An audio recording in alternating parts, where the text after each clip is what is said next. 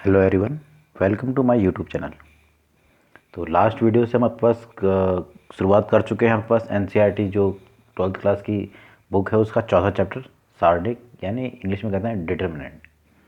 तो डिटर्मिनेंट में मैंने आपको बताया है कि किस प्रकार से आपके पास वर्ग आव्यूह के लिए, कि केवल स्क्वायर मैट्रिक्स के लिए आपके पास आपको होता है, तो वर्ग आव्यूह के लिए किस प्रकार से हम आपके पास मैट्रिसेस का इंट्रोडक्शन किया है। वो आपके पास मैट्रिसेस के लिए डिटरमिनेंट का इंट्रोडक्शन आपको मैंने बताया। हम क्या करते हैं, एक संख्या से आपके पास उसको संबंधित करा देते हैं, और वो संख्या को निकालने का जो तरीका है वो मैं आपको बता रहा हूँ कि फर्स्ट ऑर्डर सेकंड ऑर्डर का तो मैं आपको बता चुका हूँ। अगर सेकंड ऑर्डर का आपको आ गया तो इजीली आप थर्ड ऑर्डर भी निकाल सकते हैं आपके पास, ठीक है। तो देखिए मैं आज बताने वाला हूँ वो है 3x3 मैट्रिक्स के लिए डिटर्मिनेंट आपके पास, ठीक है। तो 3x3 क्या है, तो मतलब आपके पास उसमें 3 आपके पास कॉलम होंगे और 3 ही रो होने वाली है, यानी कुल मिला के 9 एलिमेंट्स हो गए। देखो मान लो if a equal to a11 a12 a13 a21 a22 a23 a31 a32 a33, ये आपके पास दिया हुआ है इज गिवन 3x3 मैट्रिक्स। ये आपके पास 3x3 का क्या है, स्क्वायर मैट्रिक्स दिया है, और इसके लिए मैं डिटरमिनेंट निकालता हूँ। देखो इसके लिए तो इसका जो डिटरमिनेंट होगा उसको डिनोट करते हैं आप, इसलिए डिटरमिनेंट ऑफ ए, या इसका नोटेशन ऐसा है। और हम करेंगे कि जो पास यहाँ पर ब्रैकेट था मैट्रिक्स के लिए, उसके साथ हम एक दो पैरेलल लाइन बना देंगे, पास पैरेलल बार a11 a12 a13 a21 a22 a23 a31 a32 और a33। तो मैंने इसका नोटेशन इस प्रकार से लिखा है, पर मैंने कहा कि भैया हम स्क्वायर मैट्रिक्स को एक नंबर से संबंधित करते हैं, तो मुझे इसकी वैल्यू निकालनी होती है, जो कि एक क्या मिलना चाहिए, कोई नंबर मिलना चाहिए, ठीक है। तो वही आपके पास निकालने का तरीका जो है वो मैं आपको बता रहा हूँ। तो होता क्या आपके पास कि आपके पास हम देखें तो इस आव्यूह के लिए, यानी इस मैट्रिक्स के लिए जो डिटरमिनेंट निकला है वो आपके पास इस प्रकार से है। इसमें भी 3 पंक्तियाँ और 3 कॉलम हैं, तो जितनी पंक्तियां और जितने कॉलम हैं उतने तरीके से आप इसका सॉल्यूशन निकाल सकते हो आपके पास, ठीक है। तो आपके पास मैं निकाल रहा हूँ R1 के अनुदिश, हम ये कहते हैं बस एक्सपेंडिंग अलोंग R1, या उसका विस्तार R1 के अनुदिश करने के पर, ठीक है। तो आपके पास मैं R1 के अनुदिश निकालूंगा, वैसे आप R2 R3 और C1 C2 C3 के अनुदिश निकाल, ठीक है। तो मैं निकाल रहा हूँ अलोंग R1, जो इसके लिए पहली पंक्ति है, ये इसका यूज करने वाला मैं। तो इसमें 3 एलिमेंट्स हैं। एलिमेंट्स क्या क्या हैं आपके पास, अव्यय हैं a11 a12 और a13। ये 3 अव्यय हैं। इन 3 अवयवों के लिए मेरे पास आपके पास कुछ वैल्यूज निकालूंगा, उसके आधार पर आपके पास मैं इस सारणी का मान निकालूंगा। देखो सबसे पहले जो पहला अव्यय a11 है उसके लिए मैं एक कैलकुलेट कर रहा हूं फॉर एलिमेंट a11। तो पहले अवयव के एलिमेंट मैंने लिख दिया उसको m1, उस क्वांटिटी के लिखा m1। मैंने करना क्या है कि ये जो एलिमेंट है a11, इसको आपको पास इसके जो उप सारणिक, आगे टॉपिक भी आता है, उप सारणिक से मल्टीप्लाई करना होता है। उप सारणिक निकालेंगे, कैसे करेंगे क्या, देखो ये जो एलिमेंट है, जिस पंक्ति और जिस कॉलम को उसको हटा देना है। आपको मालूम है तो ये पहली पंक्ति में और पहले कॉलम में, इसको हटा देंगे तो जो बाकी बचा हुआ ये भाग आपके पास है, इसको हम उप सारणिक के रूप में लिखते ही हो जाएगा a22 a23 a32 और a33। और इसका साइन क्या होगा, नेगेटिव या पॉजिटिव, उसके लिए हम करते हैं -1 की पावर में जो इसका सबस्क्रिप्ट है 1 उसको जोड़ देंगे, दोनों को, number of row number of column को जोड़ देंगे। तो आपके पास क्या मिलता है, देखो -1 की पावर 2 हो जाएगा, 1 + 1 हो गया 2, तो -1 की पावर 2 मतलब ये हो जाएगा -1 की पावर 2 a11, और आपके पास मिल रहा है a22 a23 a32 और a33। तो ये मुझे प्राप्त हुआ। इसी प्रकार आपके पास अन्य दोनों अवयवों के लिए भी करना है सिमिलरली। सबसे पहले मैं करूँगा फॉर a12, जो पहला अवयव a11 था उसके लिए निकाला, अब मैं निकाल रहा हूँ a12 के लिए, इसको मैंने लिख दिया आपके पास ये है m2। ये क्या है m2। तो करना क्या है, वही फिर से इस एलिमेंट को मल्टीप्लाई करना पड़ेगा इसकी उप सारणिक से। ध्यान देना, इस एलिमेंट को मल्टीप्लाई करना इस उप सारणिक से। उप सारणिक कैसे निकालेंगे, जिस पंक्ति और जिस कॉलम का अवयव ये है इसको हटा देना है। पंक्ति तो पहली है पर कॉलम कौन सा रहेगा, दूसरी। तो आपके पास जो बच रहा है वो है a21 a23 a31 और a33, ये बच रहा है।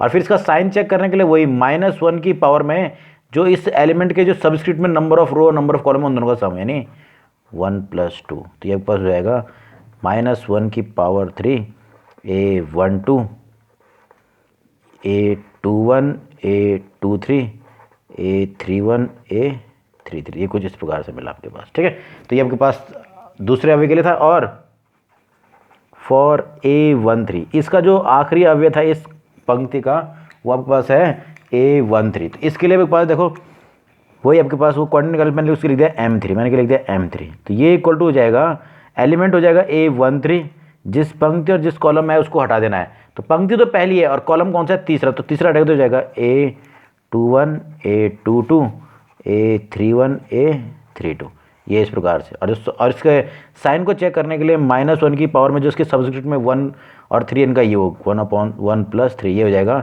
-1⁴ A13, और इधर हो जाएगा A21 A22 A31 A32, तो ये इस प्रकार से। ठीक, तो आपके पास ये जो वैल्यूज़ मिली हैं, आपके पास जो 3 अवयव थे उसके उनके रिस्पेक्ट में मैंने ये M1 M2 M3 निकाल दिया।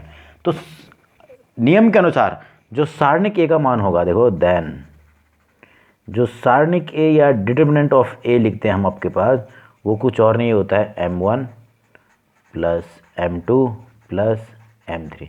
तो मैंने क्या किया, जो मैं अगर पहली पंक्ति के अनुसार आपके पास क्या निकाल रहा हूँ, इस सारणिक का मान निकालना चाहता हूँ, पहली पंक्ति मतलब फर्स्ट रो के अलोंग फर्स्ट रो, तो हमें देखना है कि इसके जो इस रो में कितने एलिमेंट है, 3 है, तो 3 एलिमेंट है। तो इन 3 के सापेक्ष मैंने 3 क्वांटिटीज निकाली, M1 M2 और M3। कैसे निकाली मैंने आपको बताया, साइन चेक कर आपके पास उस एलिमेंट को, ये जो आपके पास जिस पंक्ति जिस कॉलम में आपके पास है ना, उसको हटा के जो प्राप्त हो रहा है उससे मल्टीप्लाई करना और साथ में साइन भी देखना है कि साइन क्या आएगा। अब उसके लिए क्या करते हैं, -1 की पावर में जो उसके सब्सक्रिप्ट में जो नंबर है, यानी number of row number of column है ना, उन दोनों का सम, ये इस प्रकार से हो रहा है। ठीक, अब आपके पास वो करें तो आपके पास देखो ये -1 का स्क्वायर है तो इसने प्लस हो जाना है, इसने आपके पास -1 का क्यूब है तो इसने नेगेटिव हो जाना है, और इसने प्लस आपके पास -1 की पावर 4 है तो इसने क्या हो जाना है, पॉजिटिव, और इन तीनों को कर देना है, जोड़ देना है, तो मुझे क्या मिल जाएगा, सारणिक का मान प्राप्त हो जाएगा आपके पास। ठीक है, तो हम इसको हम किस प्रकार से लिखते हैं, देखिए किस प्रकार से। तो R1 के जो 3 अवयव थे उनके सापेक्ष मैंने 3 क्वांटिटी निकाल लिए। तो आपके पास देखो, तो इसलिए इसके इन 3 के सापेक्ष अब मैंने इसमें क्या किया कि यहाँ पर क्योंकि -1 की पावर 2 था तो उसने +1 होता है, इसने पॉजिटिव साइन, यहाँ पर था -1 की पावर 3 तो अंदर नेगेटिव, और ये -1 की पावर 4 इसने पॉजिटिव। अब करेंगे क्या, इन तीनों को जोड़ देंगे, तो डेल इक्वल टू या डिटर्मिनेंट ऑफ ए, ये इसका नोटेशन ये भी है, तो ये इक्वल टू हो जाएगा ये प्लस ये प्लस ये, तो आपके पास हो रहा है A11 A22 A23 A32 A33, फिर बीच में ये इसको जोड़ना था, इन तीनों को जुड़ जाए, ये सब क्या हो जाएंगे, ये ऐड अप हो जाएंगे, ये सारे के सारे क्या ना ऐड कर देना है। तो आपके पास इसमें जोड़ने में ये नेगेटिव रहेगा, -A12, इधर आपके पास हो गया A21 A31 A23 A33, और लास्ट आपके पास प्लस A13, आपके पास हो रहा है A21 A22 A31 A32। तो ये जो वैल्यू मिलेगी आपके पास वो क्या होगी, आपके पास उस सारणिक का मान होगा आपके पास। ठीक है, तो क्या क्या मैंने आपके पास कि जो पहली पंक्ति के मैंने क्योंकि इसको पहली पंक्ति का अनुसार किया तो उसके जो 3 अवयव थे उनके आपके पास उनको मल्टीप्लाई किया उनके उप सारणिकों से, और चिन्ह का विशेष ध्यान देना, क्या देना है, चिन्ह का विशेष ध्यान देना है। और इसके लिए आप चाहे तो ना एक आपके पास ट्रिक के रूप में आपके पास आप याद कर सकते हो कि किन अवयवों के क्या क्या साइन होने वाले हैं, ध्यान देना। जो आपके पास 1 1 होगा पॉजिटिव, फिर नेगेटिव, फिर पॉजिटिव, फिर आपके पास नेगेटिव, फिर पॉजिटिव, फिर नेगेटिव, पॉजिटिव, नेगेटिव और पॉजिटिव। क्योंकि मैं इस क्वेश्चन में मैंने आपके पास पहली पंक्ति के अनुसार बताया, तो इसलिए आपके पास क्या होगा, पहली पंक्ति में देखिए पहला अवयव होना है पॉजिटिव, दूसरा अवयव का साइन क्या लेना है नेगेटिव, और तीसरे का लेना है पॉजिटिव। अगर मैं दूसरे के अंदर करता ना तो इसने नेगेटिव आना था, क्योंकि यहाँ पर होता है अवयव का जो उसकी जो पोजीशन उसके अनुसार होता है A21, 2 + 1 होता है 3, यानी विषम है तो घात विषम होने पे -1 क्या आ जाएगा नेगेटिव, फिर यहाँ पर बस 2 2 है तो इसलिए अगर मैं दूसरी पंक्ति के अनुसार करता ना तो ये होता है नेगेटिव, ये होता है पॉजिटिव और ये होता है नेगेटिव। तो इस हिसाब से आपके पास आप कर सकते हो। ठीक है, तो ये इस प्रकार से अब ये आ रहा है तो इसको सॉल्व करना आपको आता है। ये क्या है, एक द्वितीय कोटि का ये आपके पास क्या है सारणिक, जो कैसे सॉल्व करते हैं, ये गुणा होता है इससे, बीच में माइनस ये गुणा इससे। तो ये आपके पास है मेथड, आपके पास तृतीय कोटि के वर्ग अवयव के लिए उसके सारणी का मान निकाला। अब मैंने कहा ये R1 के अनुदिश है तो इसको R2 के अनुदिश भी कर सकते हैं, और R3 के, ऐसे ही C1 C2 और C3 पर एलिमेंट के साथ आगे पॉजिटिव नेगेटिव क्या आना है वो आपको याद रखना है। आप ध्यान देना, आप उसको याद करने का तरीका एक ये भी है, अल्टरनेट में क्या हो रहा है देखो साइन से पॉजिटिव नेगेटिव। अब या फिर आप ये याद कर सकते हो कि I प्लस जे क्या प्राप्त हो रहा है। अगर I प्लस जे आपके पास क्या आ रहा है इवन और या ऑड, तो हम क्या लेंगे उस टाइम पर पॉजिटिव मान लेंगे थे, और 1 + 1 तो 2, और अगर आपके पास ऑड आ रहा तो उस टाइम पे लेना नेगेटिव लेना। ये आपके पास दो तरीके आपके पास है, आप किसी भी मेथड को यूज़ कर सकते हो, इससे चाहे इसको करो आपके पास, ठीक है। ये मैं किसके लिए है, ये आपके पास जब आप मल्टीप्लाई करो अवयव को उसके उप सारणिक से, तो आगे पॉजिटिव आना है नेगेटिव उसको देखने के लिए। अगर हाँ अगर ये नेगेटिव रहता है और आगे से पॉजिटिव है तो अपने आप ही क्या होता है नेगेटिव आएगा, वो बात की बात है, ठीक है। तो इस पर मैं आपके पास एक एग्जाम्पल करा रहा हूँ आपके पास, देखिए आपके पास क्वेश्चन है, देखिए आपके पास वर्ग अवयव के लिए एक सारणिक बना दिया गया। आपके पास वर्ग अवयव ए रहा होगा, तो उसके लिए इस सारणिक का मान आपको निकालना है। तो कैसे निकालते हैं आपके पास देखो, तो सॉल्यूशन में आप डिसाइड कर लो आपको किसके अनुदिश करना है। मैंने कहा आपके पास, क्योंकि मैंने एग्जाम उसमें जो मेथड बताया उसमें R1 के अनुदिश क्या है, तो मैं R1 के अनुदिश ही करा रहा हूँ, ठीक है। तो एक्सपेंडिंग, मैं इसको सॉल्यूशन निकालने के लिए करूँगा एक्सपेंडिंग अलोंग R1। अब वहाँ पर आपके पास, तो मैंने आपके पास M1 M2 M3 तीन एलिमेंट निकाले लिए और उसको जोड़ा है, तीन वैल्यूज निकाली और उसको जोड़ा है। पर यहाँ पर मैं ऐसा ना करता, मैं सीधे बता रहा हूँ आपको, जो लास्ट में फॉर्मूला बताया ना उसके हिसाब से देखो होगा क्या।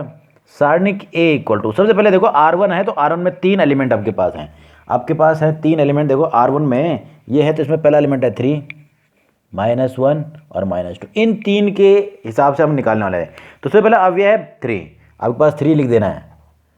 आपको करना क्या है कि देखो 3 आपके पास जो है उसको मल्टीप्लाई किससे करना है, जिस पंक्ति वो जिस कॉलम है उसको हटा देना, बाकी जो बचा हुआ भाग है वो क्या लगेगा, इसकी उप सारणी को है 0 -1 -5 और 0। अब ये वैल्यू जो है वो नेगेटिव है पॉजिटिव डिपेंड करती है कि इसकी जो सबस्क्रिप्ट था ये था 1 1 पे, तो इस पे पावर -1 की पावर में जुड़ेगा 1 + 1, क्योंकि पहली पंक्ति पहले कॉलम ना, तो इसके हिसाब से पास हो गया -1 की पावर 1 + 1, ठीक। फिर बीच में आता है साइन प्लस का, फिर आपके पास होता है अगला अवयव है -1, क्या है -1, और वही जिस पंक्ति वो जिस कॉलम में उसको हटा देना है। तो पहली पंक्ति तो पंक्ति वही हट रही है, पर दूसरा कॉलम हटा तो आपके पास बच रहा है 0 -1 3 और 0, ये इस प्रकार से। अब ये नेगेटिव होगा पॉजिटिव, उसके लिए हम क्या करेंगे, वही -1 की पावर में, ये इसकी पोजीशन क्या थी, इसकी पोजीशन है 1 पहली पंक्ति और दूसरा कॉलम, तो -1 1 और +2, ये -1 की पावर में, ये जो साइन है ना उसको निरूपित करना है, ठीक है। ऐसे ही लास्ट फिर आता है आपके पास लास्ट एलिमेंट है -2, वही -2 जिस पंक्ति जिस कॉलम में उसको हटा देंगे, तो पहली पंक्ति हट रहा है दूसरा कॉलम हटेगा तो जाएगा 0 0 3 और -5, क्योंकि ये पहली पंक्ति और दूसरे कॉलम तीसरे कॉलम में है, तो -1 की पावर में वो दोनों का संख्या जोड़ देनी है 1 + 3। या फिर आप ऐसे भी कर सकते हो कि पहली पंक्ति तो यहाँ पर हो जाएगा पॉजिटिव, यहाँ पर नेगेटिव और यहाँ पर क्या लेना है सीधे पॉजिटिव, वो यहाँ पर भी मिलने वाला है। -1 की पावर 2 हो जाएगा, तो -1 की पावर हो गया प्लस हो गया, और ये हो गया यानी +1 होगा, ठीक है। +1 भी लिख सकते हो, +1 × 3। और इसको कैसे सॉल्व करते हैं आपको बताया गया है, क्योंकि ये सेकंड ऑर्डर का आपके पास स्क्वायर मैट्रिक्स के लिए आपके पास क्या बना है, डिटरमिनेंट बना था, तो इसलिए आपको इस सेकंड ऑर्डर के डिटरमिनेंट को कैसे सॉल्व करता है आपको मालूम है। वज्र गुणन होता है आपको, यानी क्रॉस मल्टीप्लाई, ये गुणा होगा इससे डायगोनली, ये हो जाएगा 0 × 0 यानी 0, माइनस बीच में -5 × -1 कितना होता है +5, और यहाँ पर देखो -1 की पावर अगर आपके पास 3 करें तो ये जाएगा -1, और ये भी कितना है -1। इसको भी सॉल्व कैसे करते हैं, वही 0 बीच में -3 गुणा -1 कितना हो गया -3 और -1 का +3। ऐसे ही -1 की पावर 4 ही हो जाएगा +1, और आगे से कितना है -2। और सॉल्व कैसे करते हैं इसको आपको मालूम है, 0 × ये हो गया 0 और माइनस बीच में 0 × 3 हो गया, ये भी 0, तो आपके पास मिल रहा है देखो, ये होता -5 और ये था +3, तो ये हो जाएगा -15। और इसी प्रकार से माइनस माइनस का हो गया +1 और 3 से गुणा होगा तो +3, और इस लास्ट वाले को गुणा करें तो ये होता है -2 × 0 यानी 0, तो आपके पास आ रहा है -12। यानी इस आपके पास वर्ग अवयव जो तृतीय कोटि का था जो आपके पास, उसके जो सारणिक दिए उसकी वैल्यू मैंने आपके पास निकाली, कितनी आ रही है -12। ऐसा नहीं कि आपको R1, इसको आप R2 के अनुसार भी कर सकते हैं, तब भी वैल्यू सेम ही रहने वाला है। यहाँ पर मुझे सारणिक का मान -12, अब देखो मैं कर रहा हूँ अलोंग R2 के अनुदिश। अब ध्यान देना है कि R2 के अवयव जो हैं वो आपके पास कौन कौन से हैं वो आपको याद रखना है आपके पास, ठीक है। तो देखो बस R2 में आपके पास 3 एलिमेंट उसमें भी हैं, क्या क्या हैं, 0, 0 और -1, ठीक। अब जरा मैं इसको डायरेक्ट बता रहा हूँ। देखो अगर मैं कहूँ आपके पास सारणिक ए का मान लिखे तो सारणिक ए इक्वल टू, मैं सीधे साइन वाले को डायरेक्ट बताऊँगा। इसकी पोजीशन क्या है, देखो ये है पहली पंक्ति और तीसरे कॉलम, दूसरी पंक्ति और पहले कॉलम। देखो ये है A21, तो क्योंकि ये दूसरी पंक्ति और पहले कॉलम में है तो 2 + 1 हो गया 3। अगर 3 है विषम तो विषम के हिसाब से क्या है, माइनस साइन आना है, क्या ना -1 की आपके पास, ठीक है, -1 आ जाएगा, ठीक है। और अब ये कितना है 0। अब करना क्या होगा, जिस पंक्ति व जिस कॉलम में उसको हटाना है उसको, उसके अलावा क्या बच रहा है, ये पंक्ति तो दूसरी हट गई और पहला कॉलम हट जाएगा, जो आएगा -1, -2, -5 और 0, ये इस प्रकार से। फिर बीच में ऐड करते हैं। अब ध्यान देना अगला अवयव है 0, ठीक है, ये तो 0 मैंने लिख दिया, ठीक। पर आगे से पॉजिटिव हो गया नेगेटिव डिपेंड करता है उसकी पोजीशन में, ये दूसरी पंक्ति और दूसरे कॉलम में है तो 2 और 2 कितना हो रहा है 4। और आपको मालूम है जब भी -1 की पावर घात 2 होगी तो कितना हो जाएगा, -1 क्या हो जाएगा अपने आप ही +1 में, यहाँ पर लिख दो -1 की पावर 4, यहाँ पर कितना होता है 3 मैंने लिख दिया। ये 3 कैसे है आपको याद रखना है, ये पोजीशन क्या है, दूसरी पंक्ति पहले कॉलम में, ये 2 हो गया, 2 + 1 मतलब 3, ठीक। ऐसे आपके पास जिस पंक्ति और जिस कॉलम में उसको हटा देंगे, दूसरी पंक्ति और दूसरा कॉलम हट रहा है तो हो रहा है 3, -2, 3 और 0, ये इस प्रकार से। और लास्ट आपके पास प्लस, लास्ट एलिमेंट कितना था -1। अब ये पॉजिटिव है नेगेटिव उसके लिए क्या करेंगे, -1 की पावर में उसकी स्थिति देखनी है। ये दूसरी पंक्ति और तीसरे कॉलम का है तो 2 और 3 हो गया 5, इसकी पावर 5, ठीक। इसी प्रकार से आपके पास जिस पंक्ति और जिस कॉलम में उसको हटा दिया जाएगा तो आपके पास बच रहा है 3, -1, 3 और -5, ये इस प्रकार से। अब देखो मैंने कहा था आपके पास अल्टरनेट में साइन चेंज होता है, यहाँ पर अगर पॉजिटिव नेगेटिव पॉजिटिव है तो यहाँ हो जाएगा नेगेटिव पॉजिटिव नेगेटिव, वो यहाँ पर भी प्राप्त हो रहा है। नेगेटिव की पावर क्यूब है तो क्या हो जाएगा -1 ऐसे रहेगा, ठीक है, -1। ये 0, इसको सॉल्व करेंगे तो हो रहा है 1 × 0 हो गया 0, -5 गुणा -2 कितना हो गया प्लस, सॉरी आपके पास इसमें था +10 तो होता पर बीच में माइनस ही आया, क्या आएगा -10, ठीक है, क्योंकि -1 का प्लस हो गया, ठीक है। ये हो जाएगा -1 की पावर 4 मतलब +1, फिर × 0, सॉल्व करें तो 0 और -6 हो रहा था, बीच में माइनस होता है, 3 दूने -6 +6 और लास्ट आपके पास -1 की पावर 5 हो गया -1 और ये हो रहा था, देखिए आपके पास जब सॉल्व करें तो 5, 3 -15, बीच में माइनस और ये माइनस का हो जाएगा +3। अगर गौर से देखें 0 से गुणा करें तो ये भाग भी 0, ये भाग भी 0, बस ये बच रहा है -1 का +1, -15 +3 हो गया -12 × 1, आपके पास हो रहा है 0 + 0 और -12 यानी।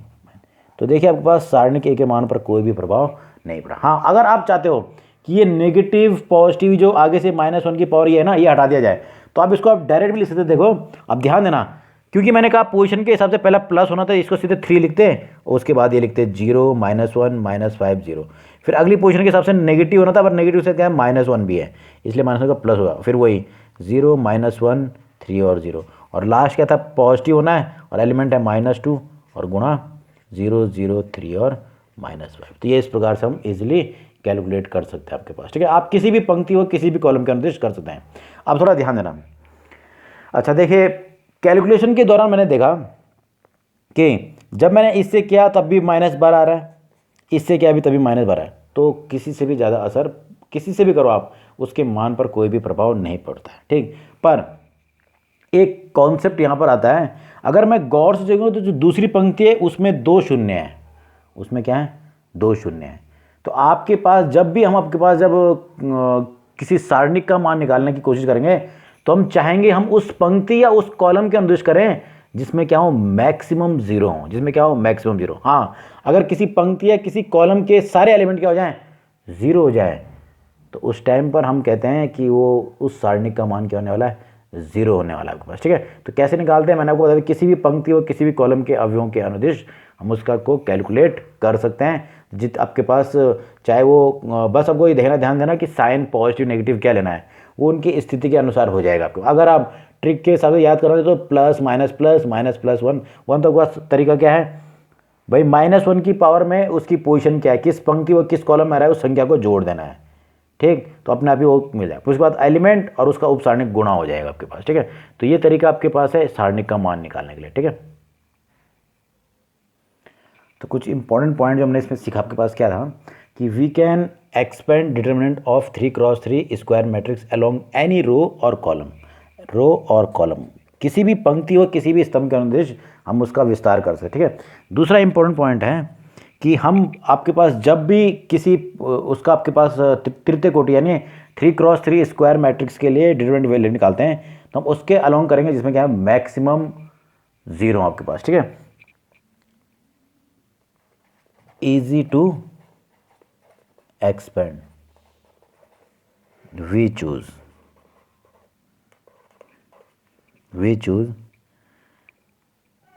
row or column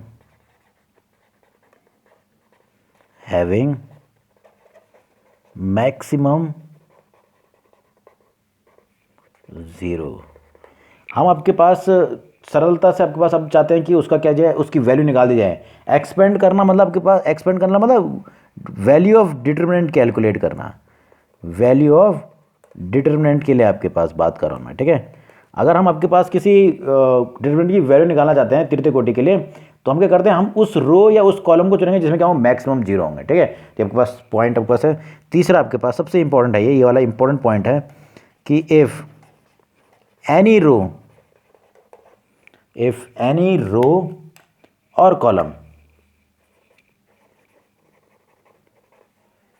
has all element 0, अगर किसी पंक्ति या किसी कॉलम के सभी अवयव की वजह 0 है तो उस केस में डिटरमिनेंट की वैल्यू भी क्या होती है 0 ही होती है। उस केस में भी डिटरमिनेंट की वैल्यू क्या होती है 0 ही होती है, ठीक है। और डिटरमिनेंट की वैल्यू 0 होती है तो इसका ध्यान देना पास यहाँ पर बस बहुत इंपॉर्टेंट टॉपिक आता है आपके पास कि अगर किसी स्क्वायर मैट्रिक्स के लिए डिटरमिनेंट की वैल्यू 0 है, देखो for any square matrix A if determinant A equal to क्या हो जाए 0, अगर डिटरमिनेंट ए इक्वल टू 0 होता है तो उस केस में हम कहते हैं आपके पास then A is singular matrix. क्या कहलाता है सिंगुलर मैट्रिक्स। इस केस में ये कहलाता है singular matrix. Otherwise if determinant A is not equal to 0 then A कहलाएगा नॉन सिंगुलर। कई बार एक नंबर का क्वेश्चन आता है आपके पास कि आपके पास भाई कोई मैट्रिक्स जो है वो सिंगुलर कब कहलाएगा, जब उसका डिटरमिनेंट की वैल्यू क्या होगी 0 आपके पास, ठीक। और वो नॉन सिंगुलर कहलाएगा आपके पास। ये बहुत इंपॉर्टेंट है, 0 होना 0। इसका अगर नॉन 0 तो आपके पास आगे टॉपिक पढ़ते हैं हम व्युत्क्रमणीय, ये आपके पास यानी इन्वर्टिबल मैट्रिक्स है। और ये आपके पास कहलाता है अव्युत्क्रमणीय यानी इन्वर्टिबल मैट्रिक्स नहीं है, ठीक। तो ये आपके पास बेसिक मेथड आपके पास है ए इनवर्स आपके पास किसी थर्ड ऑर्डर जो मैट्रिक्स है उसके डिटरमिनेंट की वैल्यू को निकालने का। एक मेथड और है, वो भले क्योंकि कोर्स में नहीं है पर वो भी मैं आपको बता रहा हूँ, पास देखिए। तो थर्ड ऑर्डर के जो स्क्वायर मैट्रिक्स का डिटरमिनेंट होता है उसको कैलकुलेट करने का एक मेथड और है, सरस मेथड। तो बिल्कुल आपके पास सिंपल सा मेथड है आपके पास, भले आपके पास कोर्स में नहीं है पर आपको आ जाना चाहिए। कई बार आपके पास इजीली हम कैलकुलेट कर सकते हैं, ठीक है। तो देखिए पास मेथड क्या है। तो मान लो कि थर्ड ऑर्डर स्क्वायर मैट्रिक्स जो है वो आपके पास दिया हुआ है, उसके लिए determinant if determinant A equal to मैंने कहा A11 A12 A13 A21 A22 A23 A31 A32 और 33। ये आपके पास क्या है is 3x3 determinant, 3x3 square matrix का क्या है डिटरमिनेंट पास, ठीक है। तो तृतीय कोटि का जो स्क्वायर मैट्रिक्स होगा उसका क्या है ये डिटरमिनेंट आपके पास, ठीक है। ए क्या है डिटरमिनेंट।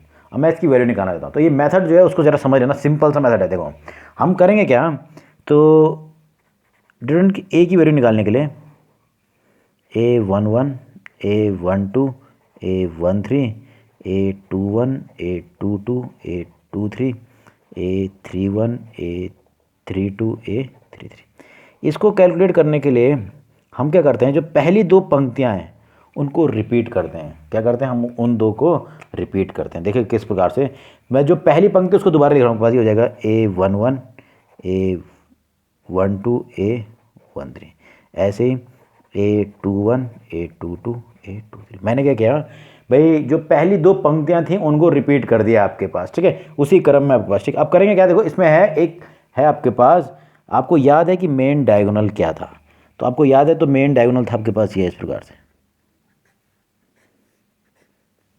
ये था मेन डायगोनल, ठीक है। तो मैंने उसको कहा ये D1, ठीक। तो अब करेंगे क्या, इस मेन डायगोनल के पैरेलल हम बताऊं क्या करेंगे, दो डायगोनल और बनाएंगे इस प्रकार से जो कि यहाँ हो, जिसमें भी तीन एलिमेंट, जिसमें तीन एलिमेंट है उसमें भी तीन एलिमेंट आए। तो आपके पास एक तो ये बना, इसके पैरेलल इधर ये हो जाएगा D2, और एक बन गया इस प्रकार से ये वाला, ये है D3। तो मैंने क्या किया, आपके पास ये जो तीन, आप जो मेन डायगोनल था उसके अलोंग दो आपके पास डायगोनल और बना दिया उसके समांतर आपके पास, ठीक है। जैसे मैंने यहाँ पर क्या, वैसी जो सेकेंडरी डायगोनल आपके पास का था ये इस प्रकार का, ये इधर के पास जब 3 क्रॉस 3 था उसके हिसाब से ये इस प्रकार से, ठीक है।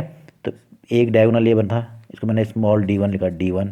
इसी प्रकार से इसके पैरेलल भी बनाया मैंने, ये बन गया D2, और इसी प्रकार इसके पैरेलल भी बना, ये बना D3। तो हमें करना क्या है, जो ये D1 में जो है, जो तीन एलिमेंट हैं उन तीनों को मल्टीप्लाई कर देना है। मतलब मल्टीप्लाई मतलब A11 A22 A33, ये D1 हो गया। ऐसे D2 में जो तीन एलिमेंट आ रखे हैं उनको भी मल्टीप्लाई करना है, A21 A32 A13। ऐसे ही D3 में भी A31 A12 और A23, ये चुका। और सेम प्रोसेस करना है इधर भी, ठीक है, वो भी आप कर सकते हो। अब करेंगे क्या, देखो अब करेंगे क्या, इन तीनों को जोड़ देना है, D1 plus D2 plus D3, इधर भी D1 प्लस D2। जब इनको जोड़ रहे हैं तो मुझे एक सम प्राप्त हो रहा है, मैंने कहा कैपिटल M, ये है D1 plus D2 plus D3। और जब इन तीनों को जोड़ रहे हैं तो एक सम मुझे भी यहाँ पे प्राप्त हो रहा है, M small m equal to D1 plus D2 plus D3। तो आपके पास क्या प्राप्त हो, देखो तो इस टाइम पर देन जो डिटरमिनेंट A होगा वो इक्वल टू हो जाएगा M माइनस स्मॉल m, यानी आपके पास हो जाएगा D1 plus D2 plus D3 minus D1 plus D2 plus D3। तो ये इस प्रकार का आपके पास है, ये आपके पास है सेरस मेथड। इसके आधार पे भी हम क्या निकाल सकते हैं, सारणी का मान निकाल सकते हैं। इस पर भी मैं आपके पास जो एग्जांपल मैंने आपको इससे पहले कराया उसको भी इस पर आधारित करा रहा हूँ आपके पास, देखिए। तो वही एग्जांपल है आपके पास, तो आंसर कितना आना चाहिए, -12। तो मुझे पहले से मालूम है कि क्योंकि मैंने इससे पहले वाला जो मेथड था उसमें ये क्वेश्चन कराया था, तो इसका आंसर है ना -12। तो उस मेथड क्या है, तो जो मेथड है उसके अनुसार क्या करना है,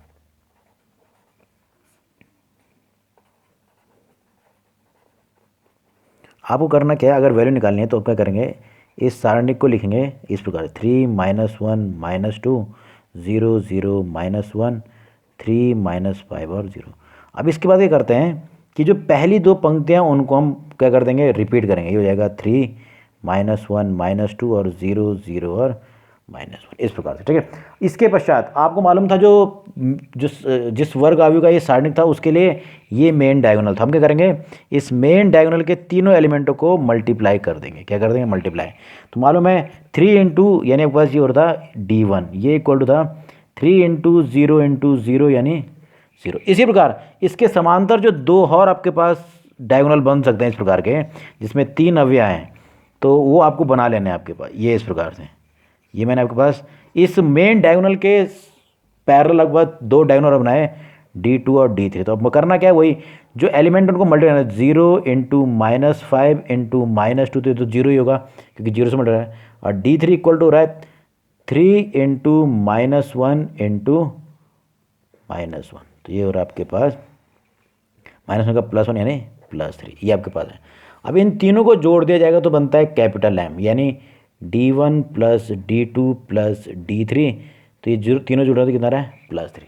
जो मैंने इस तरफ किया मेन डायगोनल था, तो वैसे ही कुछ क्या करना है, जो सेकेंडरी डायगोनल था इस ओर, ये इस प्रकार से इससे के भी पैरेलल दो डायगोनल और बनाने हैं। ये हो गया स्मॉल d1 d2 और इधर प्रकार से ये d3। करने का विधि वही, करस्पॉन्डिंग जो एलिमेंट्स हैं जो इनके उनको गुणा करना है। देखो 3 गुणा 0 गुणा -2, तो मैं सीधे लिख रहा हूँ आपके पास यहाँ पर हो जाएगा 0, क्योंकि 0 गुणा हो रहा है ना, तो ये बस ठीक है। इस प्रकार से 3 गुणा -5 -15 -1 गुणा होगा तो +15, और इसी प्रकार से 0 गुणा -1 गुणा 0 कितना होगा 0।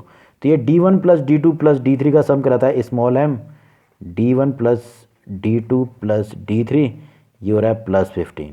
तो अगर इस मेथड का यूज़ करें तो इस हिसाब से आपके पास सारणिक A इक्वल टू होना चाहिए m माइनस स्मॉल m, यानी 3 - 15 इक्वल टू -12। तो अब देखिए इसमें भी आपके पास मान क्या मिल रहा है -12 भी, उस सारणी की वैल्यू में कोई परिवर्तन नहीं है, उतना ही मिल रहेगा आपके पास मान, ठीक। तो ये था आपके पास किस प्रकार से हम 3x3 स्क्वायर मैट्रिक्स के लिए उसके डिटरमिनेंट की वैल्यू कैलकुलेट करते हैं आपके पास, ठीक है। तो ये आपके पास है, अगले जो वीडियो होगा मैं आपके पास जो एक्सरसाइज है 4.1 उसके क्वेश्चन कराऊंगा आपके पास।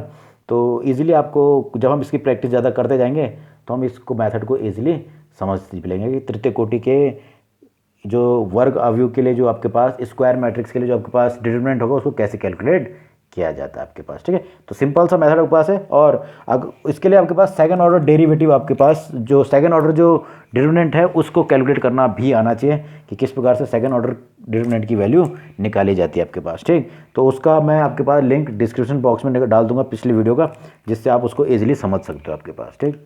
ओके।